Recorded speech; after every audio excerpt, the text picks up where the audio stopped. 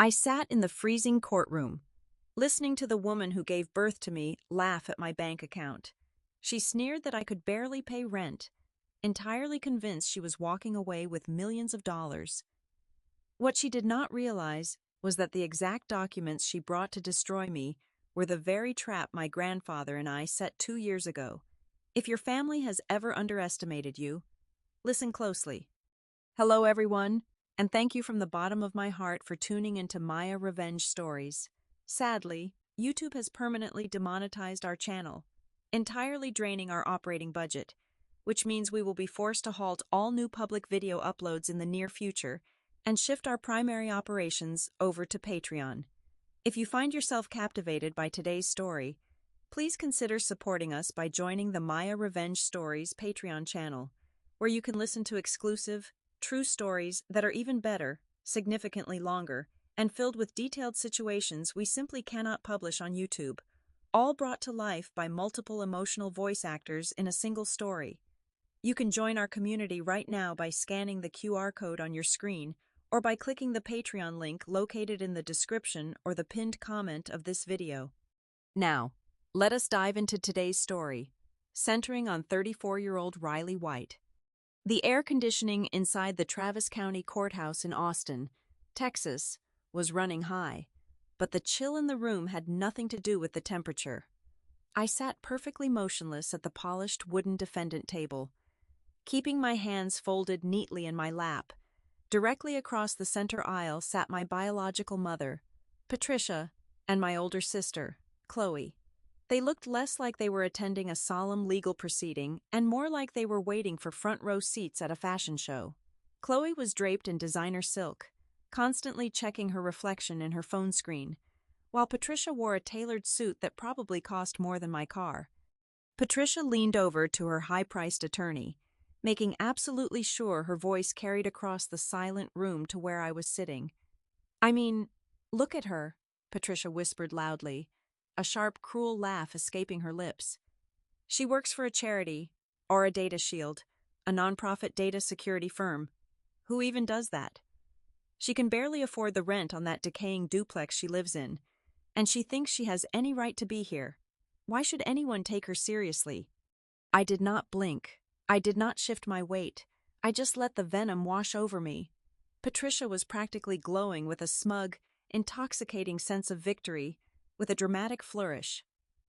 Her lawyer stood and submitted what they claimed was the final, legally binding will of my grandfather, Arthur, to Patricia. This piece of paper was her golden ticket. It supposedly granted her total, undisputed control over my grandfather's downtown commercial real estate, a prime piece of property worth millions of dollars. As the document was handed to the bailiff and passed up to the bench, Patricia shot me a look of pure, unadulterated triumph. She honestly believed she had already won. She thought she had crushed me. I refused to react. I did not interrupt her theatrical display, nor did I let my face betray a single ounce of emotion.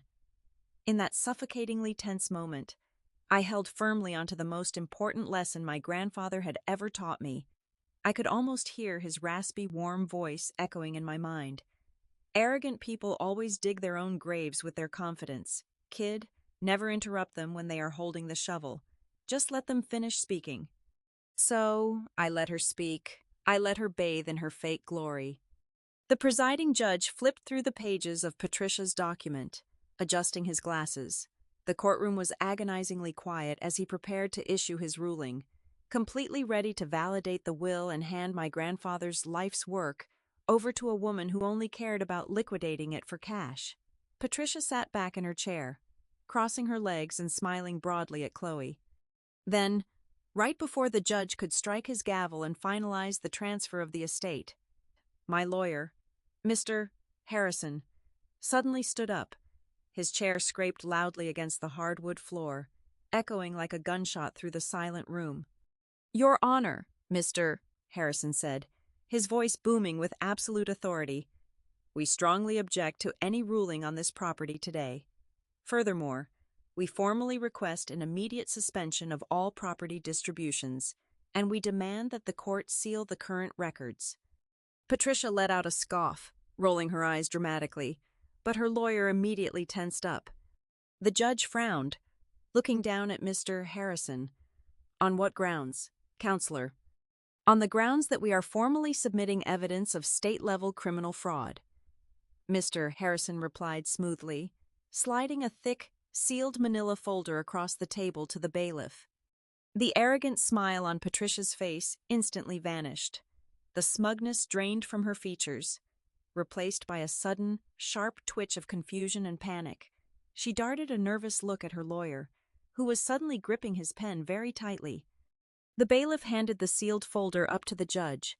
The courtroom held its collective breath. I watched closely as the judge broke the seal and opened the file I had painstakingly prepared. For a long, grueling minute, the only sound was the rustling of heavy paper as his eyes scanned the documents inside. When the judge finally looked up, his demeanor had completely transformed. The standard, bored neutrality of a civil court judge was entirely gone. His eyes locked onto Patricia, and his gaze was filled with a chilling, absolute severity. The trap had officially snapped shut. 3 years ago, the battle lines were drawn entirely in the shadows. To understand the sheer magnitude of the greed polluting that courtroom, you have to understand exactly what my grandfather built. Arthur owned Oak and Quill, an independent bookstore and community space sitting on a prime corner of downtown, while the rest of the block was being swallowed whole by massive real estate conglomerates desperately looking to build luxury high-rises. Oak and Quill stood its ground. It was a haven of polished mahogany, towering shelves, and the smell of aged paper. It was his lifelong passion. But to my mother, it was nothing more than a massive pile of unrealized cash waiting to be liquidated. Patricia always viewed my life choices with absolute disgust.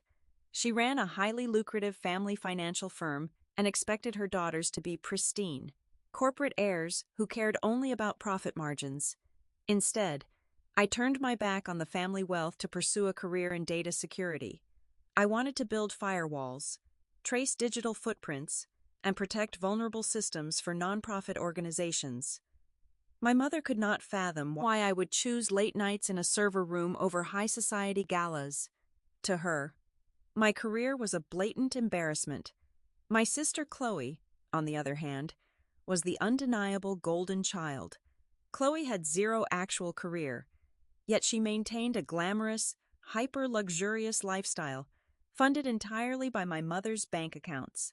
Chloe spent her days taking photos on yachts and checking into five-star resorts, endlessly curating a flawless social media facade. In our family's twisted hierarchy, Chloe was royalty, and I was the peasant who refused to bend the knee. The real psychological warfare began when my grandfather first showed mild signs of physical decline. He had a minor scare with his blood pressure.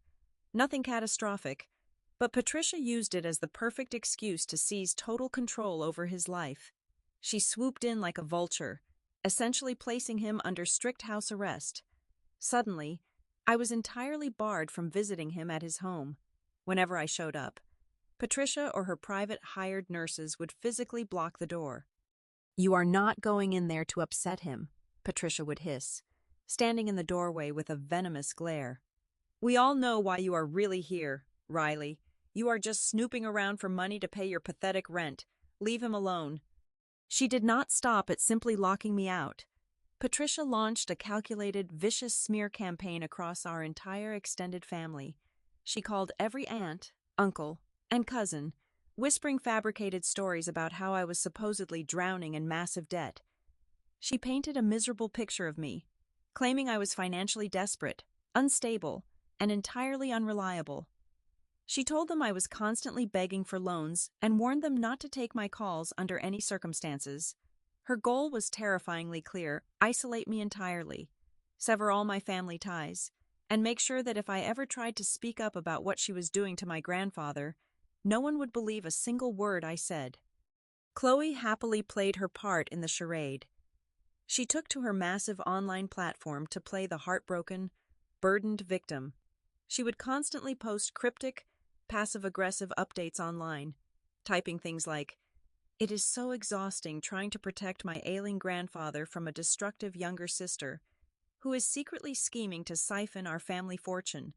Family should be about pure love, not selfish greed. Her followers ate it up, sending her thousands of messages of blind support, while I was left looking like the toxic villain in a story I was not even participating in. They built an impenetrable fortress of lies, completely convinced they had trapped me on the outside, looking in. But they were entirely wrong. They were so blinded by their own arrogance and classist prejudice that they never bothered to look closely at the actual reality of the situation. The explosive truth, the secret I held tightly to my chest for years, was that I was never actually cut off from my grandfather. Every single Sunday morning at exactly 7 o'clock, while Patricia and Chloe were sleeping off their extravagant weekend parties, my grandfather and I would meet at a tiny, worn-down diner located miles away from the city center. A fiercely loyal friend of his, an old retired nurse, would quietly drive him there before Patricia's expensive day-shift caretakers even arrived for their shift. Sitting directly across from me in that cracked red vinyl booth, drinking black coffee and eating scrambled eggs, Arthur was as sharp as a newly forged blade. His body might have been slowly failing him, but his mind was brilliantly, flawlessly lucid. He knew exactly what Patricia was trying to do. He saw right through her fake concern and recognized her ravenous hunger for the land beneath oak and quill. "She thinks I am already dead," he told me one morning, staring intensely into his coffee cup. "She thinks she can just pave over 50 years of memories and community history, so she can buy another vacation home. We are not going to let that happen, Riley." So, right there in that quiet diner, surrounded by the smell of cheap syrup and fried bacon, we began mapping out a flawless legal strategy. For 2 entire years, while my mother and sister paraded around acting as if they had already won the war, my grandfather and I were quietly building an ironclad legal fortress around his legacy. We laid every trap in total silence, just waiting for the day Patricia would be foolish enough to walk right into them. Mr. Harrison, standing tall at the defendant's table, turned his attention directly to my mother. The heavy silence in the courtroom was shattered by his sharp, commanding tone. "Mrs. White," Mr. Harrison began, pacing slowly toward the center aisle, his expensive leather shoes clicking rhythmically against the floorboards. "You have confidently presented this document to the court today, claiming it represents the absolute final wishes of Arthur. You also submitted a medical addendum stating that he was, in your exact words, completely incapacitated and suffering from severe cognitive decline for the last 24 months of his life. Is that a correct summary of your sworn testimony?" Patricia straightened her posture, arrogantly adjusting the collar of her tailored jacket. She looked at Mr. Harrison as if he were an annoying insect. "That is absolutely correct. My father suffered a tragic, irreversible loss of mental faculties, starting exactly 2 years ago. He could not comprehend basic instructions, let alone make complex legal or financial decisions. That is precisely why this final will, drafted just before his total decline, is the only valid document in existence." "And you have concrete medical records to back up this rather convenient timeline?" Mr. Harrison asked, raising a skeptical eyebrow. "I certainly do," Patricia sneered, motioning to her attorney who proudly tapped a thick stack of papers on his desk. "We have a comprehensive neurological evaluation signed by Dr. Richard Sterling, a highly respected private physician, confirming his total memory loss and inability to manage his own affairs." I almost smiled. Dr. Sterling was not just a respected physician. He was Patricia's regular golf partner at her exclusive country club. I was a man who owed my mother a mountain of favors for managing his highly questionable offshore investment portfolios. But Mr. Harrison did not even bother attacking the doctor's credibility. Doing so would only lead to a messy, drawn-out battle of expert witnesses.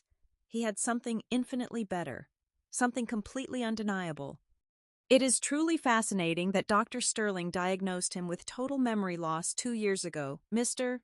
Harrison said, his voice dropping to a dangerously calm, theatrical register, "because I would like to direct the court's attention to Exhibit C." Mr. Harrison signaled the court clerk, who immediately booted up the large digital monitor facing the judge and the gallery. The screen flickered to life, displaying crisp, high-definition security footage. The timestamp in the bottom right corner clearly read 18 months ago. Patricia's eyes narrowed, squinting at the screen as she tried to make out the setting. It was the heavily guarded, marble-floored lobby of the premier downtown financial institution.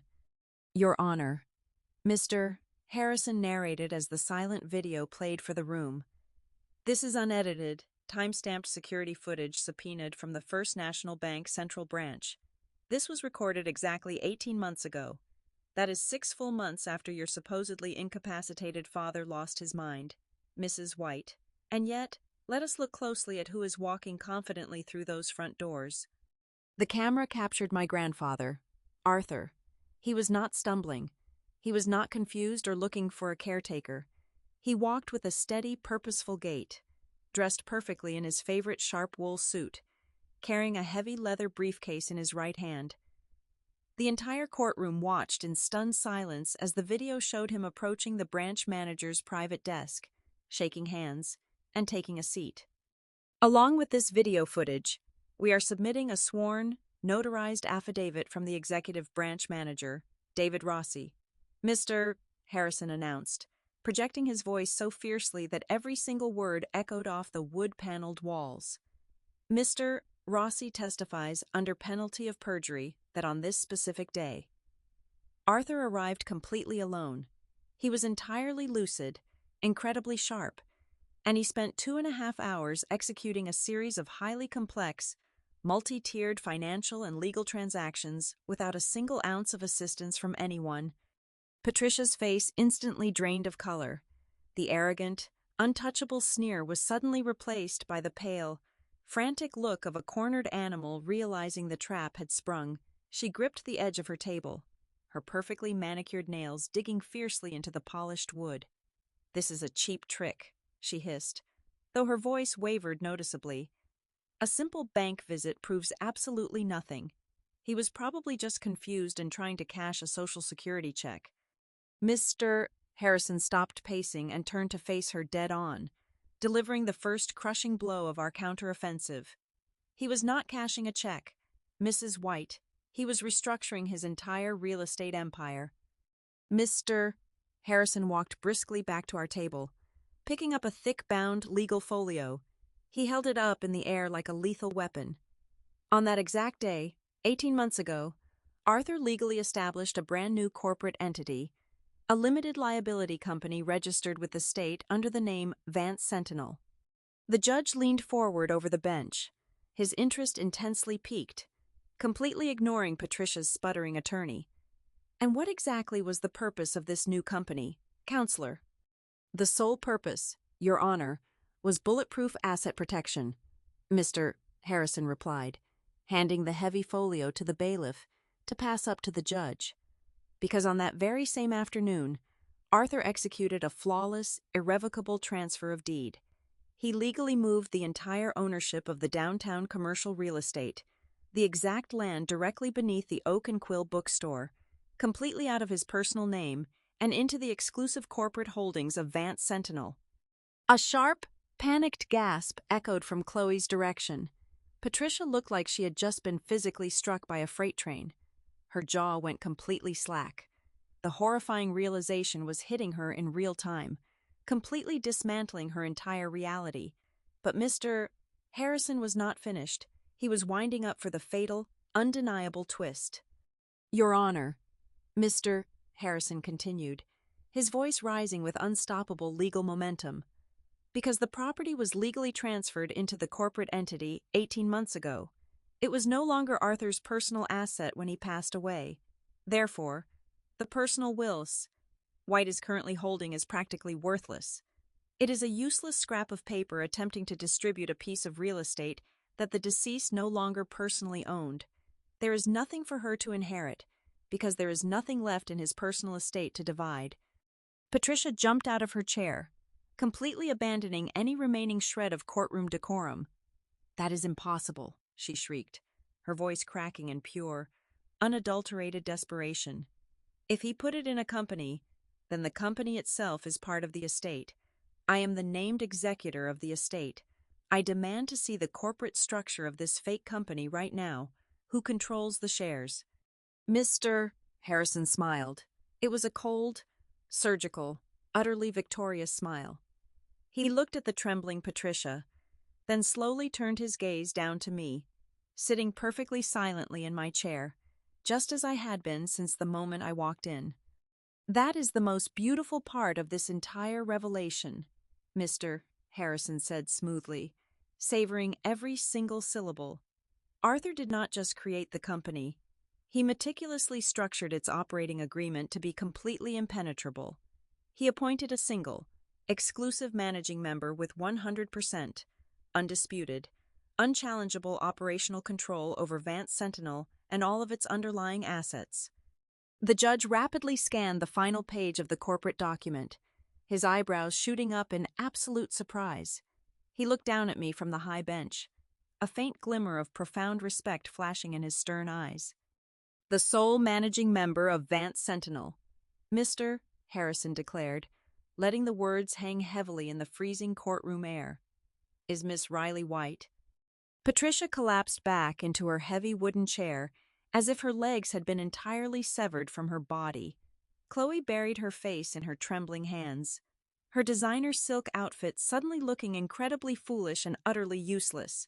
The trap had not just closed, it had locked, sealed, and buried them alive.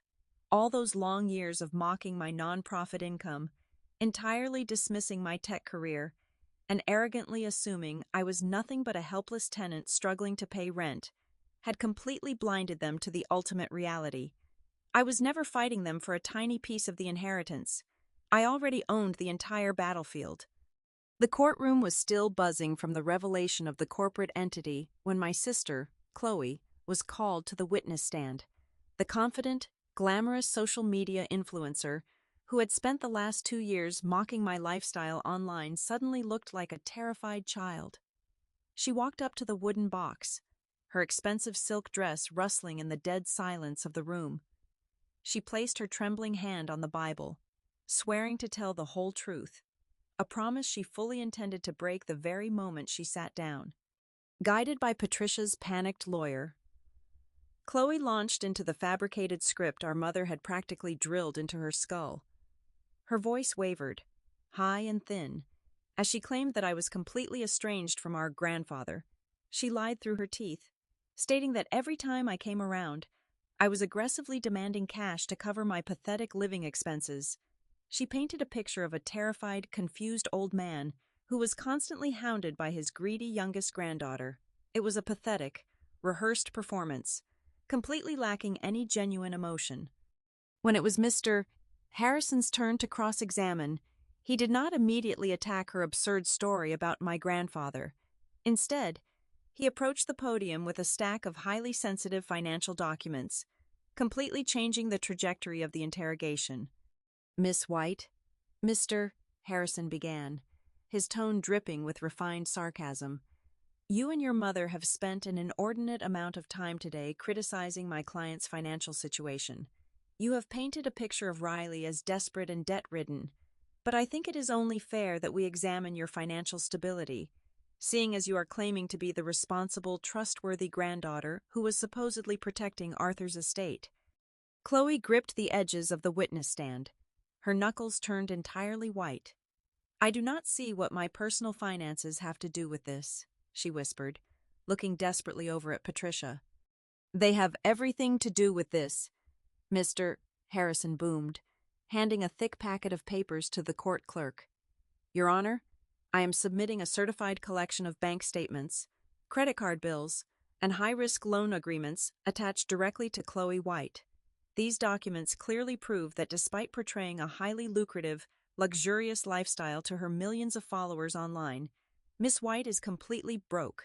In fact, she is currently drowning in exactly $80,000 of unsecured consumer debt, much of it accumulating 29% interest from predatory lenders just to maintain her fake rich kid image.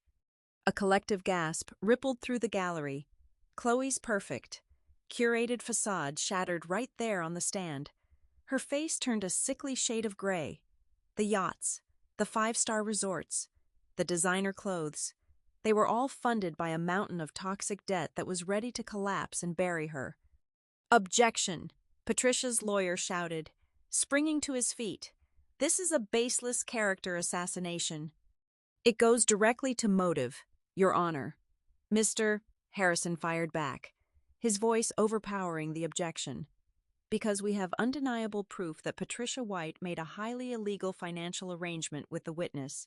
Patricia promised to use the illicit profits from the sale of the bookstore land to wipe out her daughter's $80,000 debt, but only if Chloe agreed to sit in that exact chair today and commit perjury against her own sister." The judge slammed his gavel down, demanding order as the courtroom erupted into chaotic whispers. "Counselor, you better have irrefutable proof of subornation of perjury," the judge warned severely. "I have the exact digital receipts, Your Honor." "Mr. Harrison replied confidently. He turned toward me, offering a subtle nod of respect. "As the court is well aware, my client is a senior data security specialist. What Patricia completely forgot when she launched this crusade was that years ago. She asked Riley to set up the encrypted family cloud servers. Patricia deleted her internal emails and iMessages, completely believing they were gone forever. But my client legally accessed the automated backup archives and perfectly restored every single piece of correspondence." Mr. Harrison pulled out a brightly highlighted transcript and began reading the recovered text messages aloud for the entire court to hear. "On the 14th of last month, Patricia sent this exact message to Chloe, quote, 'The developers are giving me a massive advance under the table once the will clears probate.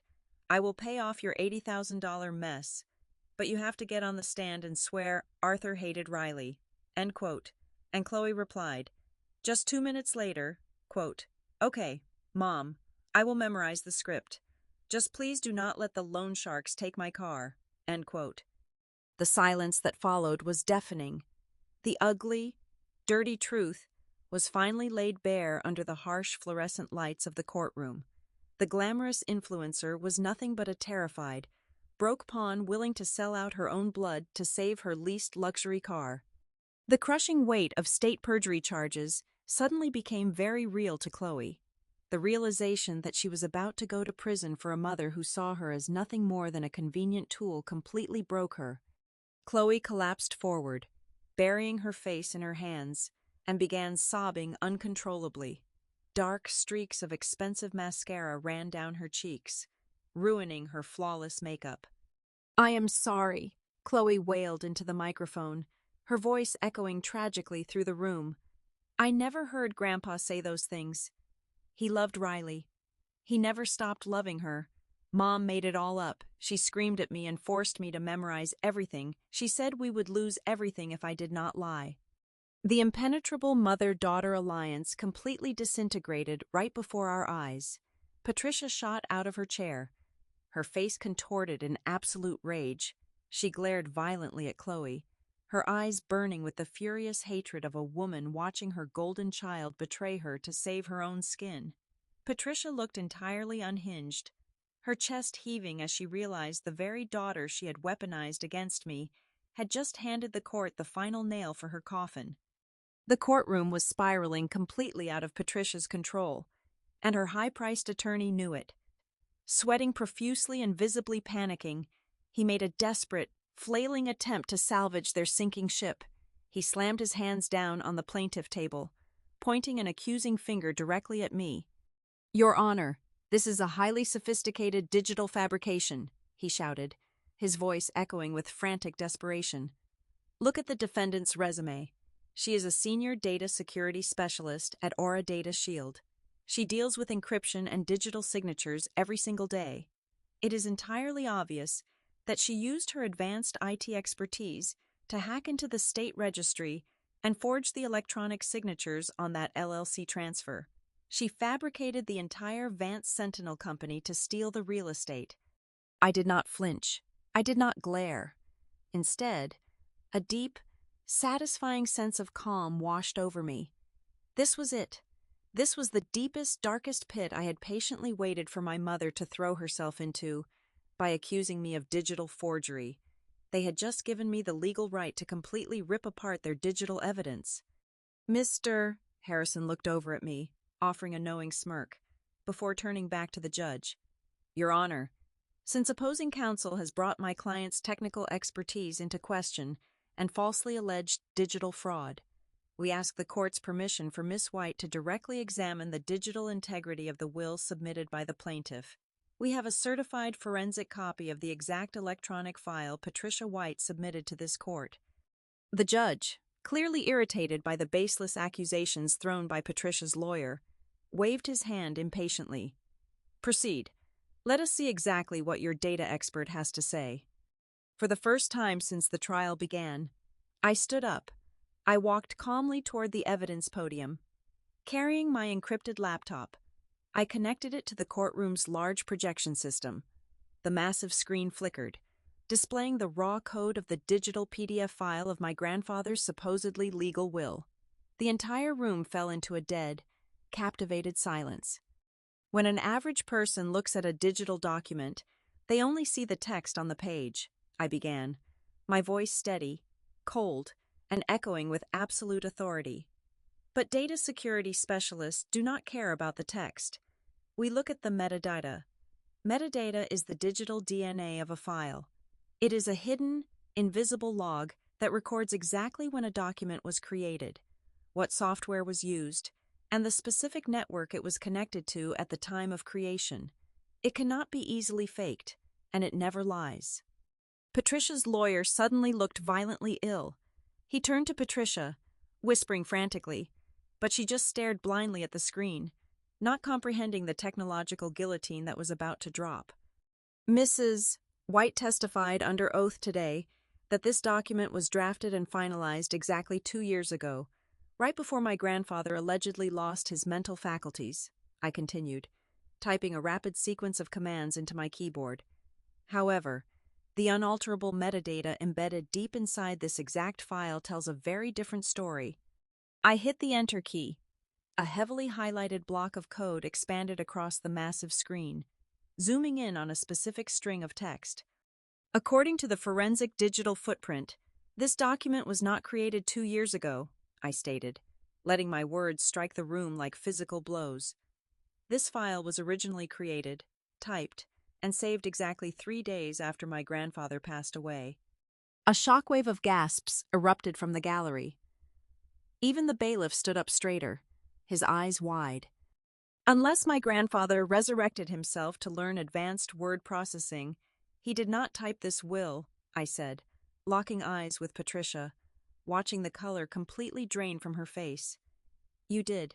Patricia, you waited until he was gone, panicked because you could not find the original deed to the bookstore, and you desperately typed this fake document to steal the land.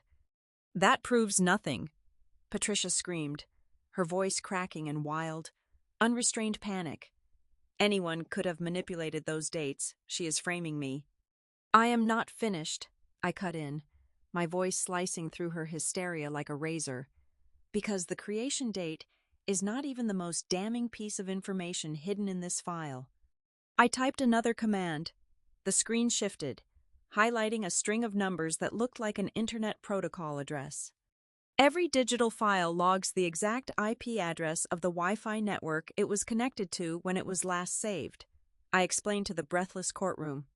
This specific IP address does not belong to my grandfather's house. It does not belong to Patricia's corporate office. I ran a certified background trace on this exact network identifier. I pulled up the official state internet service provider registry on the screen, matching the numbers perfectly. The network that generated this forged document belongs to the executive boardroom of Apex Horizon Developments, I announced, projecting my voice so loudly it commanded every corner of the room. The exact same luxury real estate conglomerate that has been trying to bulldoze the Oak and Quill bookstore for the last 5 years. The silence that followed was so absolute it felt heavy. The puzzle pieces violently snapped together for everyone in the room. Mr. Harrison stepped forward, delivering the final, fatal legal strike.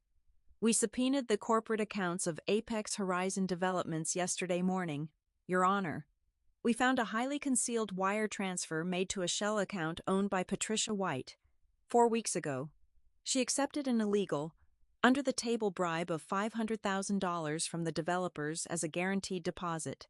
She promised them she would deliver the bookstore land the second the probate cleared. When she realized she did not have the actual deed, she went into their boardroom, used their Wi-Fi, and typed up a forged will to legalize her massive theft. The entire courtroom absolutely exploded. Reporters in the back rows started frantically typing on their phones. Spectators were murmuring in loud, astonished disbelief. Patricia was physically shaking, her mouth opening and closing but producing zero sound, completely paralyzed by the overwhelming, undeniable proof of her monumental crime. Her lawyer slowly backed away from her, realizing his career was essentially over if he stayed anywhere near this radioactive mess.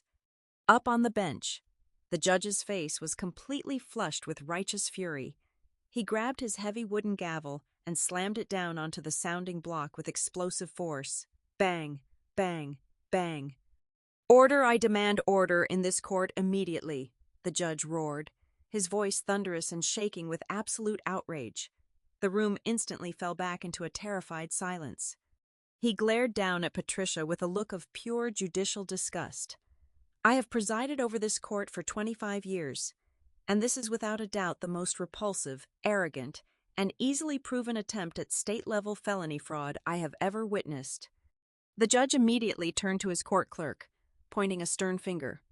"Madam Clerk, you will freeze this entire proceeding right now. You are to transcribe every single word of the last hour and seal all the digital exhibits presented by the defense. Send the entire unredacted file directly to the District Attorney's Major Crimes Division right this second. I want a full criminal investigation launched into Patricia White and Apex Horizon Developments before the sun goes down today." The judge did not stop there. He leaned over his heavy wooden desk, his voice echoing with absolute authority. "Furthermore, I am officially rejecting this fraudulent will in its entirety, and given the substantial evidence of illicit financial transactions, I am ordering an immediate, sweeping freeze on all of your personal banking accounts, Mrs. White." Patricia gasped, her hands flying to her chest as if she had just been shot. "Every single penny will be locked down," the judge continued relentlessly, staring her down with absolute contempt. "This court will ensure that the $500,000 bribe is secured and returned to the developers, along with a full audit to recover the medical care funds you clearly embezzled from your father's estate over the last 2 years. You are not walking out of here with a single dime." When the judge officially declared that the forgery and felony fraud charges were being forwarded to the district attorney, something inside Patricia completely snapped. The polished, high society facade disintegrated into pure, feral madness right before our eyes. She lunged forward, her expensive tailored suit wrinkling as she violently slammed her fists against the plaintiff table. She began screaming at the absolute top of her lungs, an unhinged, deafening wail that shook the very walls of the room. "You cannot do this to me," she shrieked, spit flying from her lips. She spun wildly toward her attorney, shoving him hard in the chest. "Do your job, fix this, you useless, pathetic excuse for a lawyer." Then her crazed, bloodshot eyes locked onto Chloe, who was shrinking back in her chair in pure terror. "And you ungrateful, stupid little girl, I gave you everything I paid for your entire fake life, and you ruined me." Finally, her venomous gaze snapped across the aisle to me. "You worthless, miserable little hacker, you think you are so smart. You are nothing. You have always been nothing." The judge did not even bother banging his gavel again. He simply gave a sharp nod to the bailiffs. 3 heavily armed court officers rushed down the center aisle, grabbing Patricia firmly by the arms. She thrashed wildly, kicking at the heavy wooden tables, screaming horrific obscenities as they forcefully dragged her away from the defense stand. Chloe did not say a single word. She kept her tear-stained face glued to the floor, terrified to even glance in her mother's direction. With her hands shaking violently, Chloe grabbed her designer bag, tucked her head down, and practically sprinted out of the heavy wooden courtroom doors, abandoning her mother completely. Patricia was left totally alone, her frantic, desperate shrieks echoing down the marble hallway as the police hauled her away to a holding cell. I calmly packed my laptop into my satchel, shook Mr. Harrison's hand, and walked out of the courthouse. The blistering midday Texas sun hit my face, bright and unforgiving, but for the first time in years, the air felt incredibly light. I did not drive away in a luxury sports car. I drove my worn-out sedan right back to my old, creaky duplex. My life did not suddenly transform into a glamorous parade of immense wealth. I still work my nonprofit data security job, and I still live a quiet, humble life. But I used my absolute authority over the Vance Sentinel Corporation to do exactly what my grandfather wanted. We did not sell the land. Instead, we transformed Oak and Quill into a permanent, heavily funded educational and cultural trust. The towering shelves of mahogany and aged paper are completely protected, forever safe from the greedy hands of corporate developers, serving the community exactly as Arthur intended. Sitting on my faded couch that evening, drinking a simple cup of black coffee, I realized the ultimate truth about victory. The most devastating, ruthless revenge I could have ever inflicted was not stripping Patricia of her money. It was permanently destroying her ability to control the narrative. I took away her power to define reality, and in doing so, I proved a lesson I hope you all remember. Your true value is never determined by the price tag someone else tries to slap on you. Your worth is defined by what you are willing to patiently, fiercely protect, even when not a single person in the world believes in you. Thank you so incredibly much from the bottom of my heart for listening to my story today. I would love to know where you are tuning in from, so please drop your city or country in the comments below. As a quick reminder, since YouTube has completely demonetized our channel, we do not have the budget to keep running here and will not be uploading any new videos on this platform in the near future. We are moving all our operations over to Patreon. If you enjoyed today's journey and want to help us keep producing content, please support us by joining the Maya Revenge Stories Patreon channel. Over there, you will get access to our absolute best, exclusive, extra-long true stories that we simply cannot publish on YouTube. You can join right now by scanning the QR code on your screen or by clicking the Patreon link located in the description or the pinned comment. Thank you again for your time, and stay strong out there.